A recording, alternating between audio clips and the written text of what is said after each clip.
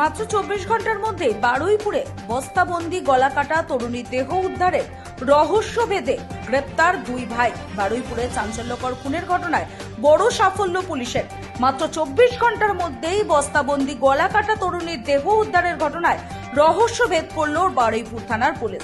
গ্রেফতার করা হয়েছে দুই ভাই মেহরাজ হোসেন ও মেহবুব হোসেনকে। পুলিশ সূত্রে জানা গেছে, রায়দিঘির বাসিন্দা রোকসেনা খাতুনের সঙ্গে বিবাহিত মেহরাজ হোসেনের দীর্ঘদিনের প্রেমের সম্পর্ক ছিল।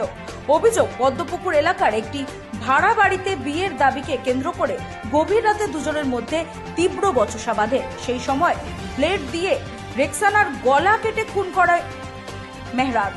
এরপর দাদা মেহবুব হোসেনের সাহায্যে দেহটি বস্তাবন্দি করে গাড়িতে তুলে পূর্ব ধোপাগাছি এলাকার খালে ফেলে দেয় বলে পুলিশ জানিয়েছে।